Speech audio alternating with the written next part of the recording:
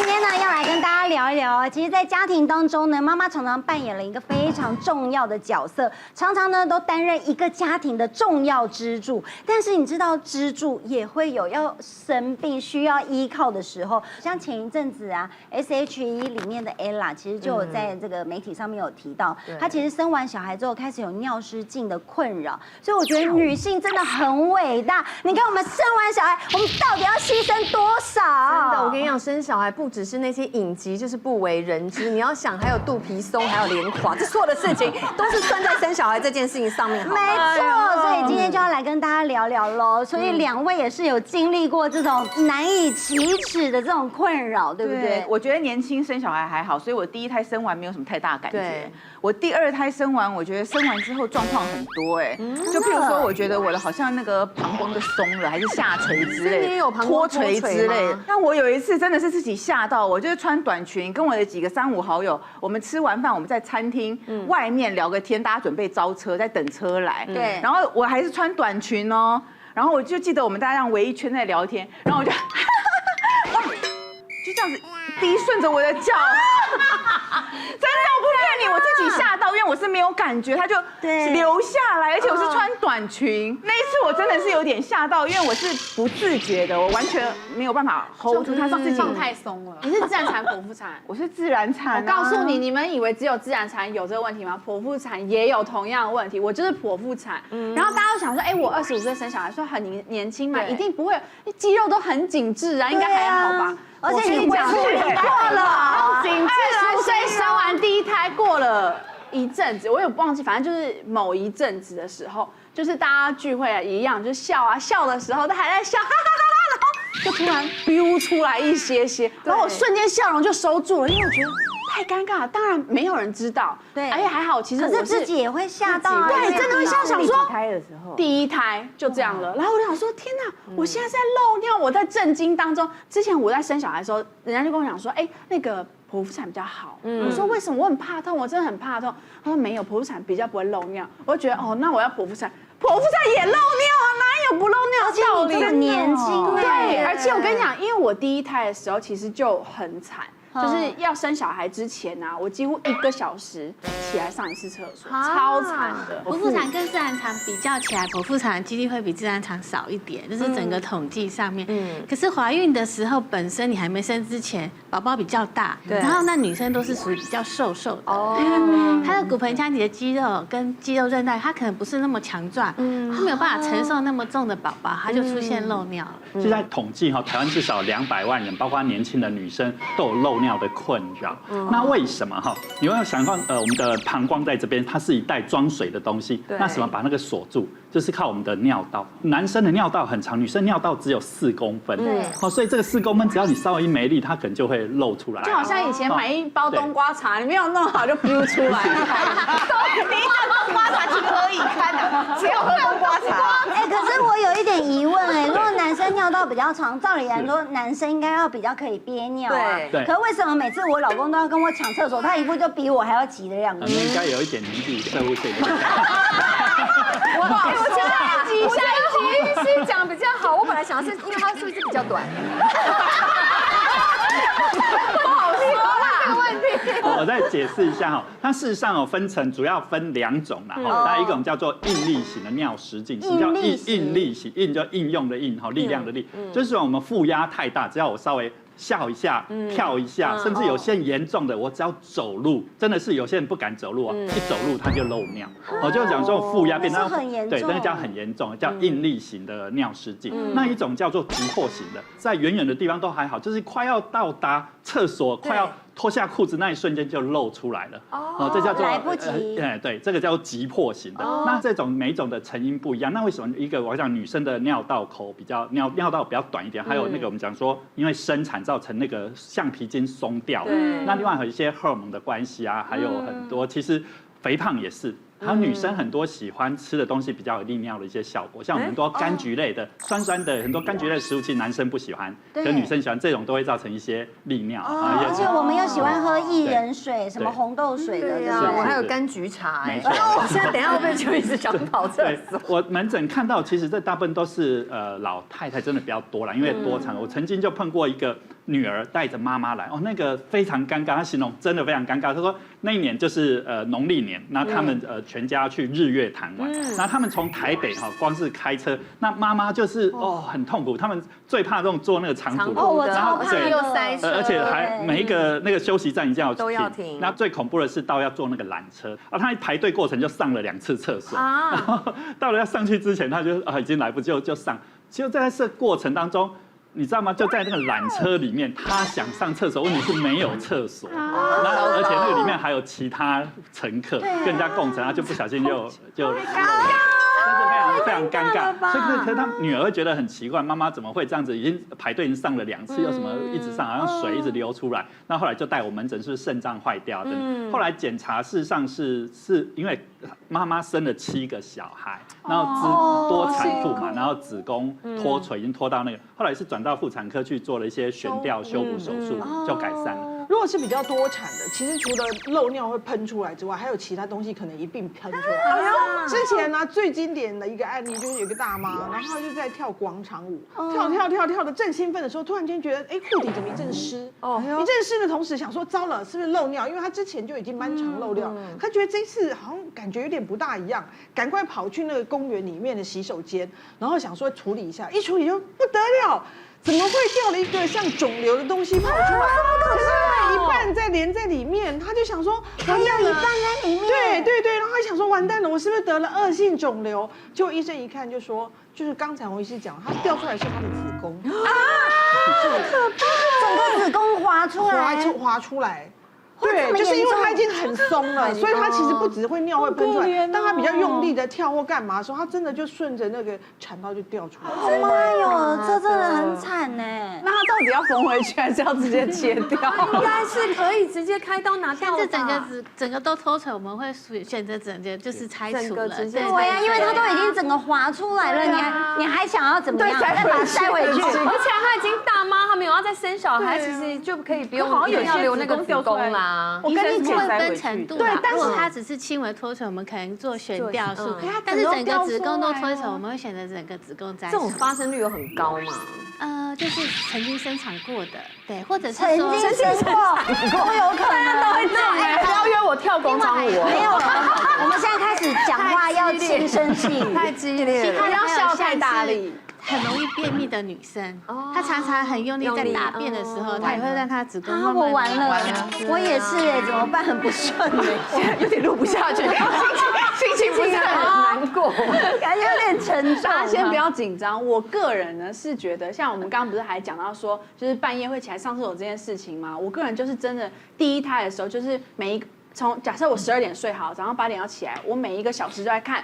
天是黑的，天变紫色，紫色变橘红色，橘红色变有点亮，然后怎样怎样。那一阵子我就很天真，因为每个小时起来上厕所真的太累，晚上根本睡不好，睡眠一直中断。我就自己想说，那我自己缩减好，一个小时起来上一次，这样会上到7次嘛？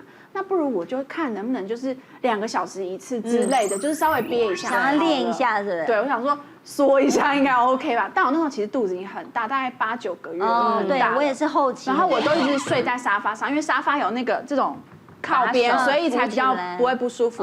结果呢，我就开始憋尿。憋一憋，有一天我去洗头的时候，全身发冷，然后他们不是会给我们盖毯子嘛？对。然后我就说，可以再给我1条吗？我盖到上面2条，下面1条还在发抖。胃刮。然后我就想说，我说你们冷气怎么接那么？他说没有，我们今天没有开冷气，因为那时候快过年了，已经天是凉的。然后我就很冷，我说我真的很不舒服。就他们一拿温度计帮我量，我发烧了。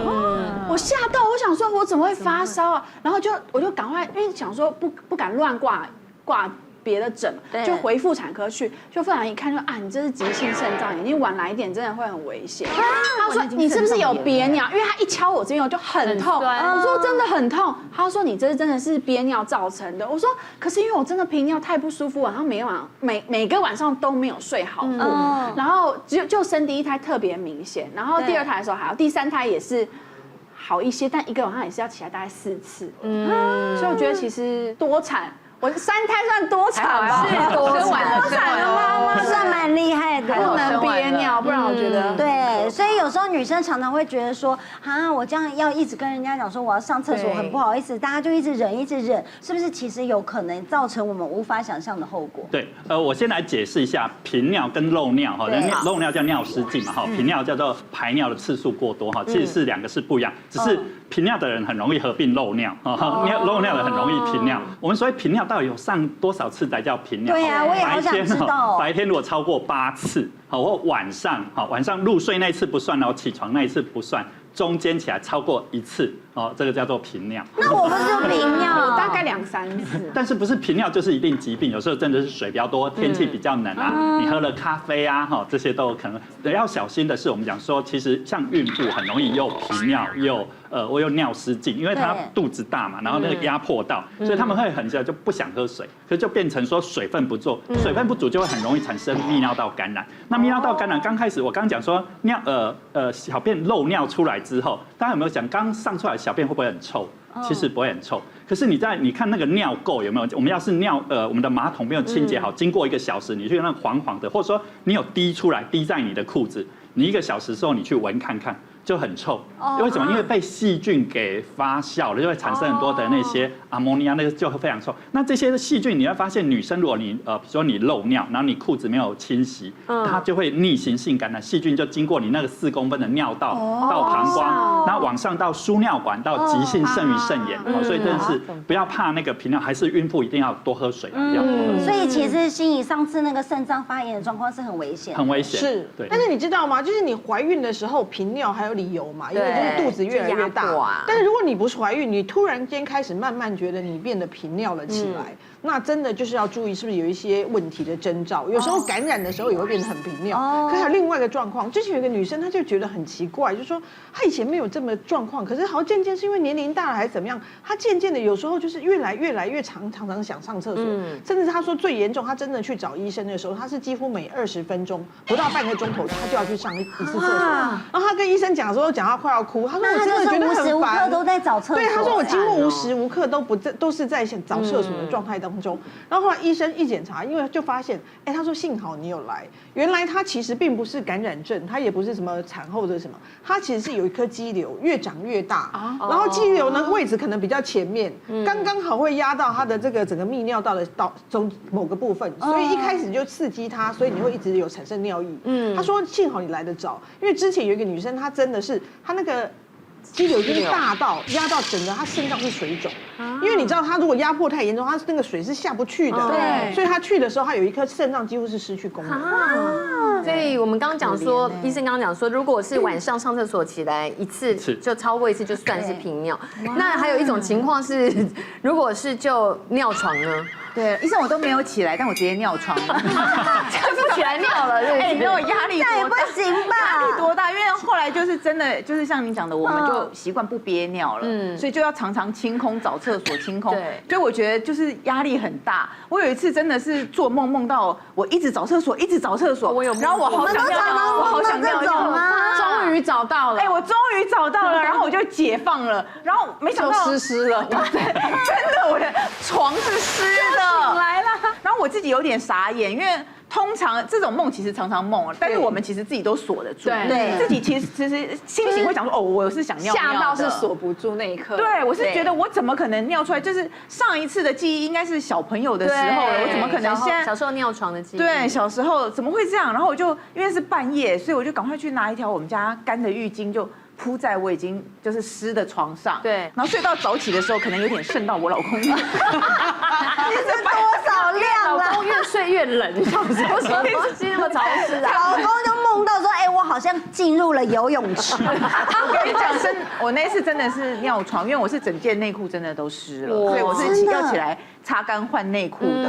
那我老公起来就说奇怪，这边怎么垫一个？我老公就说你月经突然来哦，然后就跟我老公说不是，我竟然做梦到我上厕所，可是我真的尿尿了。然后我老公竟然没有理解我的这种感觉，他就是嫌弃的眼神，他就是看着我说哟，你3岁哦，怎么跟女儿一样？那如果是我就嫁祸给我家的狗之类的，狗狗都跟你们一起睡觉，不要下去好用的。对，好，那我们要来讨论一下。下，就说你看，其实我们如果站在一个女性啊，站在一个妈妈的角度来看自己的身体，现在有了这些状况，老实讲起来，自己都会觉得说要走过那个心理的障碍，其实我觉得是有一个难关要过的。所以大家有什么方法去对抗这样子的状况呢？我刚不是说，其实我自己就有垫护垫的习惯嘛，但那一次漏尿之后，就让我觉得，好像应该有比护垫更能够吸水的东西吧，我就在网络上开始找，我就找到了这些，就是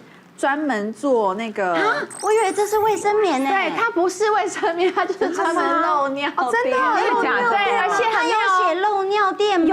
有，而且你看它真的就长得很像卫生棉，但是它上面还有写这个包装放在那边120cc， 就是如果多量的话，就是老奶奶可能真的憋不住了，就可以用120。然后如果你中量型的，就是50cc 的，对。然后还有就是微量型，大概20cc， 对，就是一点点，真的只有一点点防护的话。可是你看女生如果垫着，她也不会觉得说好像有一点尴尬。所以你现在拿的这个是卫生棉，对，这是一般卫生棉。卫生棉跟漏尿垫它有写漏，我们要比较一下，要打开看打开看吗？这个是卫生棉，对，还有翅膀的。对，我打开一个跟它差不多大50cc 的来看一下好了。对，它没有翅膀，然后但是它比较厚，大家发现吗？这比较薄，这比较厚，所以你看它的吸水量真的就可以比较多。但是还是建议就是湿了要换来，因为像洪医师讲，如果真的回渗到那个膀胱或者是哪里的话，会感染就不好了。对，你就把它当做夜用，然后缩小版的感觉。对，所以如果真的有漏尿困扰的话，其实可以去找这种。可是你今天不讲，我真的不知道有漏尿垫的，因为它的包装整个看起来就跟卫生棉一样。所以我觉得它，因为它看起来像卫生棉，就不会让女生有觉得好像这件事情是难以买的这种尴尬这样。对，好贴心哦。现在除了有这之外，其实好像也有一些妇产科的手术、医美可以做，对不对？我之前有那个医美要找我经纪人说要不要合作，可以让我自己选哪些项目。对，那我就说有没有那种比较不会漏尿，我可以打那种雷射的，然后他就让我去合作去试试看这样子，然后我就去做了，还蛮有感的。可是因为他那是合作的，所以他只合作我一次啊，这合作没诚意耶。对，但是他就说不好意思，因为这真的比较贵，然后你真的去看那个报价，哇，说真的，连我都有点这个钱有点花不下去，大概在什么几万、上万、几万块啦，3堂上万呢。可是我觉得如果可以让你拯救你的人生，然后把你的生活拉回正轨，它那个是保养型的，就是你要持续的花这几万一直去做，一年要打个1次之类这样子的。对呀，但是后来其实我太贵了，怎么办？我后来就是觉得你持续嘛，我第一个就是做非常简单的凯格尔运动，就是你上厕所的时候突然缩起来，尿尿的时候突然一缩一放一缩，这就是凯格尔，一缩一放一缩一放。然后还有另外一个可能就是很简单的类似深蹲的运动，你就是自己常常没事这样蹲下起来就蹲得这么快，你有来得及夹吗？起来夹，最主要是起来的时候夹紧啊。那你可以慢慢蹲啊，蹲的时候都很放松，起来夹紧这样子，对，你就慢慢，然后起来就把这边缩紧。所以一天要做多少次？就想到你就可以做啊，没事。那你觉得常常做有用吗？一开始的时候，你缩紧的时候缩不紧，你的尿还是一直在尿哦。但你训练个几次之后，甚至1个礼拜、1个月之后，你会发觉你一缩的时候，尿就可以缩紧。你这是可以非常有感觉的，我现在可以去尿，这是非常有感觉的。那你有听过，就是有一个朋友，就是说他每次就是漏尿这件事情非常的困扰他。那所以他本来是想用这个垫子，可是他又想要自己训练，所以每次他有发现一招，就是很厉害的，只要是他一想漏尿的时候，就给他站起来这样。夹紧，就是夹起来。但这样不是全世界都知道你现在在忍什么？没有啊，他可以站起来，然后假装拿东西。哎呀，东西又掉了。对，而且赶快自己想把扯铃拿起来，还可以交换腿。搞得很忙，什么要有办法嘛？那郭医师可以教我们，就是比较正确的这个凯格尔运动，我们平常可以怎么样的练习？凯格尔运动就是类似憋尿的动作跟缩肛，可是有很多人都做错了。那一般我们要教导他怎么样做正确啊，就是像我们洗手的时候，我们可以2只手洗干净，放在我们的阴道，然后另外1只手是放小腹。那放进去之后，你再做正确的凯格尔运动，类似憋尿跟缩肛，可是不是真的叫你小便的时候憋尿，它是平常的时候就练。那你那个动作的时候，你会觉得你那2只手是被阴道含住的，对。但是另外1只手的放小腹是放松的，所以有些人他事实上是练到小腹运动，一直在练小腹，他阴道里面是松的，那就是错误的凯格力。好，那我们要来讨论第二个，就是让熟女们觉得头很大、很困扰的这个问题呢，就是有志难伸。意思就是说呢，其实有很多人志不得伸，志不得伸，因为常常像我也是啦，就是如果早上有事啊，或者这几天比较忙啊，我就真的好几天都没办法上。然后尤其是比如说出国，你可能也是好几天。我超级容易水土不服人，我可以在国外18天没上厕所。你真的好知道有多可怕。对。对啊，所以像你们就已经有这么严重的问题了，这个问题你们也有，感觉很辛苦。其实老实说，我现在漏尿情况好很多，几乎很少了。然后大笑也都没有 hold 住。但是有一件事情让我真的觉得就是有一点担心，就是大概是前3年的时候，我发现自己就是便秘的上厕所的时候啊，便习惯有点改变，就是突然便变得很细。然后我就想说，因为几年前大概2015、16的时候，我们有一个朋友很年轻，32岁大肠癌去世，女生。然后那个时候我也才大概28、29之类。然后他那个时候就有跟我们讲，我们就问他说：“那你有什么习惯、生活习惯，或者是怎么发现的改变？”对，他就讲说他就是很明显的觉得怎么变细了，然后讲说他就是便习惯也改变了，本来那个时候都会上厕所，后来都不上，然后就反正就是讲说跟你完全就是颠覆了你自己，所以你自己有可能对。然后我就想说啊，是呀。我常常以前我都是到睡觉前上厕所，然后可以上得很干净。现在我可能白天要上一次，就是会有点腹泻的感觉，晚上再上一次。上到我老公觉得说，你怎么一天要上那么多次厕所啊？对。然后包括小便嘛，然后我就觉得我好像自己真的生病，我就很害怕。就去年年底，大概11月的时候，我就去做体检，然后吸那个呼吸的时候，睡眠呼吸的时候，我还说拜托你们一定要好好仔细的检查，然后我就睡着了。然后我说我真的觉得我的便秘习惯改变了，请你们帮我仔细检查，我真的就睡着。就后来醒来之后，还可以讲那么多话，对，他们就笑着跟我讲说，对啊，我每次数到2就睡了。他就说，因为我那时候其实有点恐慌，所以我一定要逼我自己讲话，不然我会很恐慌、很紧张。他说，朱浩姐，其实你的胃跟你的肠非常的健康，没有任何息肉破洞什么之类，我就很开心。我就说真的假的？他说你有痔疮，所以你觉得你不舒服那个地方应该是痔疮造成的，所以等于是你挤出来的时候洞口缩小了。对，他说才会这样。你不是剖腹吗？我一直以为剖腹就不会有什么痔疮什么。没有，剖腹的疾病我都有，包括粘连什么的。那剖腹到底有什么好处啊？可是我剖腹我没有啊，我都没这些问题。对我只是比较特例，我也有，因为我觉得那个痔疮是上厕所的习惯问题。我们个性很急的人，想很快的把它上完，就会很大力的用力。对，然后尤其是又在怀孕的时候，那时候都会便秘，没错。然后每次都要上很久，你就想很快的想要大力的赶快把它解决出来。可是这样一直挤，最后真的就是会有痔疮产生。对，我也都没有什么便秘的困扰，但是我就是在怀孕的时候，而且怀孕的时候又在补铁，然后医生那时候补铁补钙，铁剂很容易，铁剂跟钙，哇，一补下去真的。哇，不上厕所不便就是不锈钢啊，对，然后再加上很硬哦，然后都上不出来，然后很大一坨。那医生帮你补铁剂的时候，没告诉你说要多补充其他的？会，可是你那就没有办法，因为那时候为了要生产嘛，然后给胎儿那个营养嘛。然后后来我生产完之后也很惨，因为我第一胎我2胎自然产，第一胎很难生，用力用了20个小时，20个小时，好辛苦的妈妈。对啊，等到我公婆整个全部都回家了，都等了好几轮，我都没有出来。生的时候在叫我。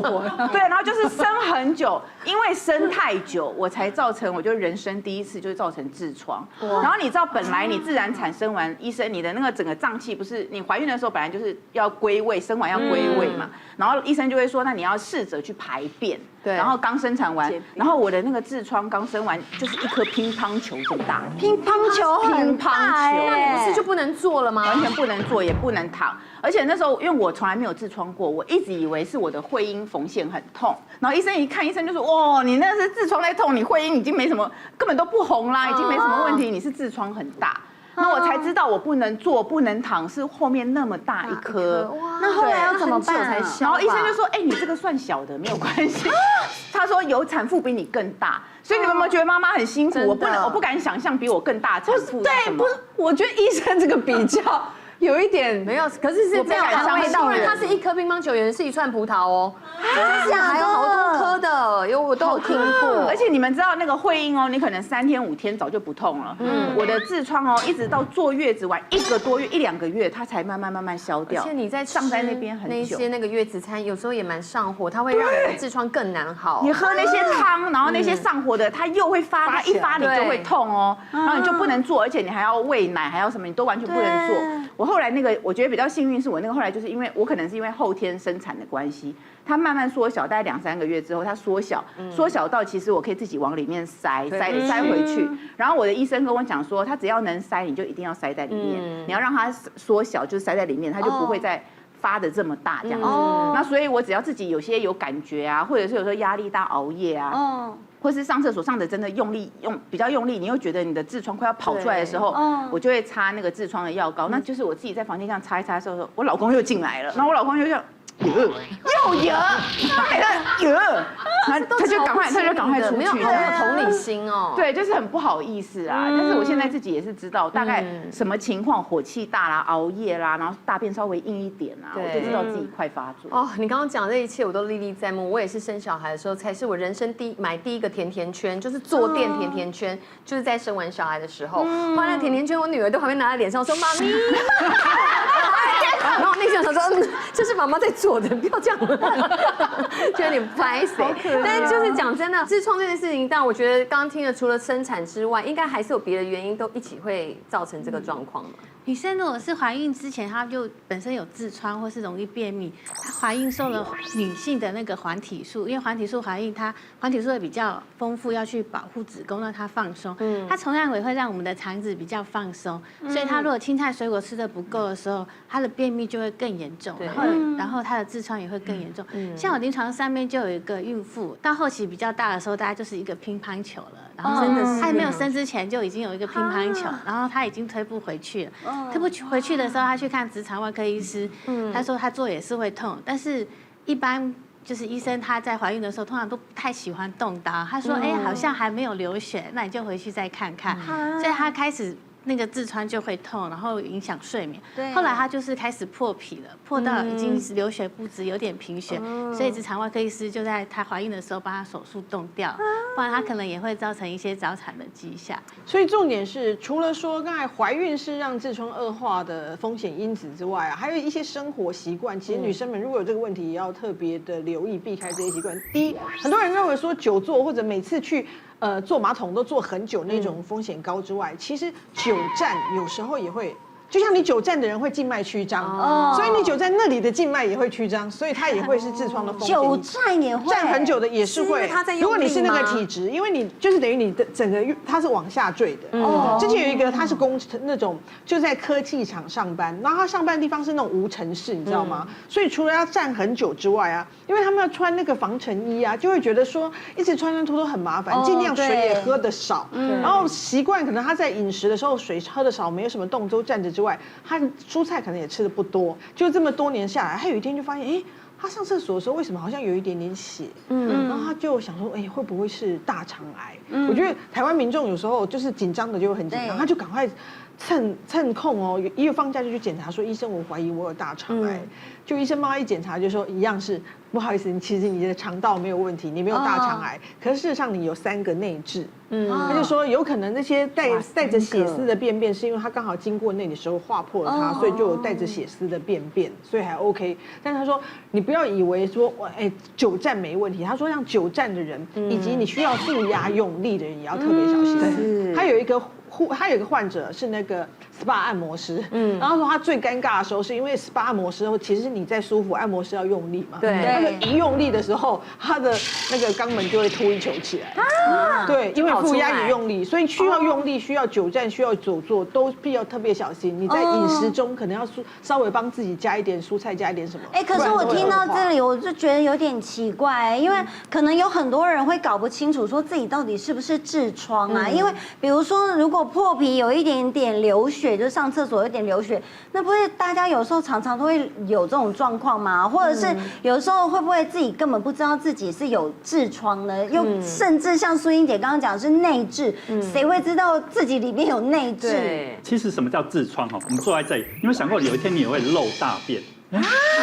那是什么东西把大便锁在你的大肠，你才可以想要上的时候才上出来？括约肌。对，其实，在我们的那个大肠最后那叫乙状结肠、直肠之后要出来的出口处，它就有一个结构，那个叫一个肛门的一个小漏垫，那里面有我们讲的一些括约肌，有血管，有结缔组织，让它缩得很紧。对，你该放的时候就放，该收。可是我们有可能经过几个，比如说我们一些负压过大，其实比如说女生很容易穿那个什么塑身衣，塑身衣不是把负压把它压得很紧吗？它会逆流性食道炎，也会造成痔疮。我就解释哈，我们买气球，有时候你的小孩会请你吹气球，对，一颗气球从来没吹过是很难吹，对，你要很用力。可是被吹过之后的气球就很松掉了，就很好。其实我们的静脉血管也是如此。如果说你长期便秘、长期负压大，它就把它鼓出来。那鼓出来之后哈，它就会造成那个它内痔外痔是根据我们那个肛门直肠那边有一个叫齿状线的上面或下面去位置去分。那这个你们可能会搞得很不清楚，我大概就解释。如果你们看得到的原则，大概就是外痔哈。那可是它可以分成4级哈。第一级就是说，可能有一点点屁股痒痒的，尤其在大便坐久了之后，那擦屁股的时候有一点点血。可是你仔细端详自己的肛门，如果看不到，你可以用手机拍一下自己的肛门，还是很漂漂亮亮的。那个叫做第一级，漂亮，就是说它外表看不出来，可是你擦的时候为什么会有点稍稍痒痒的感觉，而且还有一点出血，叫第一级。那第2级就是说我在用力便，尤其是坐久一点，超过5分钟以后，或者比较硬的大便，甚至拉肚子也会有，突然有一坨小肉球跑出来，然后小肉球跑出来，可是你要擦完大便之后用力提肛，它要缩回去了，这个就是到第2级，就是它已经不是它会跑出来一坨球。那到第3级就是那不管能不能跑出来的球有多大小，都是2。对，就是跑出来。那这个就要开刀了吗？第2级事实上就缩得回去，跑出来，缩得回去。所以其实一般这一类的大部分还是擦药膏就可以了，或者说做完清洁，你大便完之后不要用擦的，要用洗的。其实我觉得欧洲很棒，欧洲都有那种洗屁股的，但是台湾人最多就用冲屁股。其实我是觉得要洗才会洗的，不要用温水坐浴这一类哈。那到第3级这种那一坨跑出来。但是你要很用力，像浩儒刚刚讲的，用手指头把它塞回去，塞回去，这叫做已经到第3，你自己用提肛这样缩不回去，那要用手。那到第4级，就是说我即使用手用力塞，它还是塞不回去，那就到第4级了。那所以不管到第3级、第4级，其实要找那个大肠直肠外科医师，可以做一点简单的小手，有一些甚至做个门诊手术就可以处理的。那1、2级大概就是改变你的饮食跟排便的习惯，然后多喝水。那如果很干的话，其实我建议大家可以多喝点好的油脂啦。其实我们喝一些橄榄油、苦茶油，可以润你的大便哈，也是可以帮助。哇，听完都觉得好辛苦哦，所以我们赶快来讨论一下，我们到底要怎么对付这些难搞的痔疮们吧。好哟，我想说怎么对付痔疮，大家各有法宝啦，对不对？因为都是过来人，过来人。对，那浩儒要帮我们介绍的是什么？我介绍的就是其实我们就是生产的女生最常用的，医生都会叫我们要冲会阴坐浴的那时候，那因为这个很便宜，30-50块而已。我现在看到它我就想起来了，是不是？刚刚我们在讨论的时候，我说我好像没有用到这个东西，就这样有生小孩的时候好像都会很好用，可以加温水，然后可以加温水。其实那所以其实肛门啊，跟我们其实会阴那边其实都可以冲。你好聪明哦，所以你平常就是带着冲。便宜的话就是这样，这很轻啊。小孩不是很容易拿出来说妈咪我要喝水，然后就有点危险嘛。对，就有时候没有忘记带奶瓶也。不要拿错，那比较优雅一点的，就是不要被人家发现漂亮啊。有比较高科技一点，那拿起来大家以为是乳液，就不会想说你怎么会阴还在肿这样子。这种就是看起来好像是乳液，但是你带进去厕所，人家没有发现，不会觉得怪怪。但其实这个是那个吸带式的免治马桶，它就好像是免治马桶里面伸出来的这样，所以它上面有这个小喷孔，你一样可以这样。有没有？哇，对，你可以自己压。这就跟家里那免治马桶的那个喷水，你可以自己倒，你怎么对得准呢？这样压，其实你也不用对准，因为其实你就是整个，因为其实你就是贵州啊那撸蕊啊那撸起来这样。你不用只对那个点，你可以整片都是。对啊，你要了解你自己呀，不然你就跟医生一样，自己用相机照一下。用相机，不然我还要教你。相机照要记得删哦。对啊，记得删。真的要记得这个不错啦，这对个直接是清洗干净，其实就可以降低它发作的几率。对啊好，那心怡这边呢？我就是告诉大家，其实呢，不外乎就是食疗，我自己就。不用说聊，但就是大家稍微补充一些膳食纤维啊之类的。那其实优格嘛，就是它就是有点益生菌，所以我觉得其实基本上你补充益生菌也可以，但是因为我们很推，就是其实基本上还是要多一点蔬果跟坚果，就有好的油脂跟膳食纤维，还有维他命 C 是很好的。对，所以其实就是很简单的，就是你可以自己自制一个优格，不好排便的时候吃优格真的有帮助哎。有，没错。真的有，我还有个人是还益生菌蛮有效的。对，我觉得我自己也蛮有效的，像我每天早上就是小朋友都会吃。对，而且你看现在是莓果季啊，蓝莓啊、草莓啊，它的维他命 C， 它的营养成分很高。而且现在这种优格好多，很多都是已经是无糖的。对，你可以比较。那如果你真的觉得太酸，你就加一点蜂蜜也没有关系，因为蜂蜜其实也是蛮润肠的。对，这样组合。我跟你讲，有些蓝莓现在很大颗的也超甜。对，现在是季节正好吃的时候。对，所以其实然后你再随性的撒一些坚果，也是很健康哦。对呀，早上如果来这一碗的话，就可以就是对，基本上解决这么尴尬的问题。很简单，然后它早上其实又有蛋白质，对，然后就是水果类的纤维也都有，我觉得还蛮不错的。对，好，这个还蛮不错的哦，谢谢。欢迎大家来订阅我们的 YouTube 频道。解决你所有的家务事，跟上潮流社会事，满足你想知道的八卦事，还有时尚这档事。赶快按下订阅频道，加上小铃铛，俗女家务事，赶快来订阅。